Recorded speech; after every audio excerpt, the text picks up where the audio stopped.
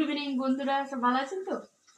এই যে আগে শীতের রাতে মাংস খাবো, মাংসের তরকারি করবো। এখানে পেঁয়াজ বসিয়ে দিয়েছি গরম তেলে, আর এই যে আলুগুলো কাটছি, মানে কাটা হয়ে গেছে, তুলছি। আর এখানে মাংস, এখানে আদা রসুন পেস্ট করবো, আর এখানে সমস্ত মশলা, জিরে ধনে লঙ্কা গুঁড়ো দিয়ে নুন সবকিছু, আর এখানে টক দই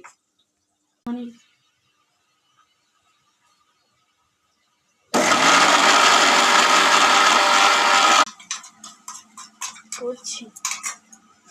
আর এই যে সমস্ত মশলা দিয়ে মাংস আলু সমস্ত সব কষিয়ে নিচ্ছি ভালো করে। এবার গরম জল দিয়ে দেবো, এরকম বলবো।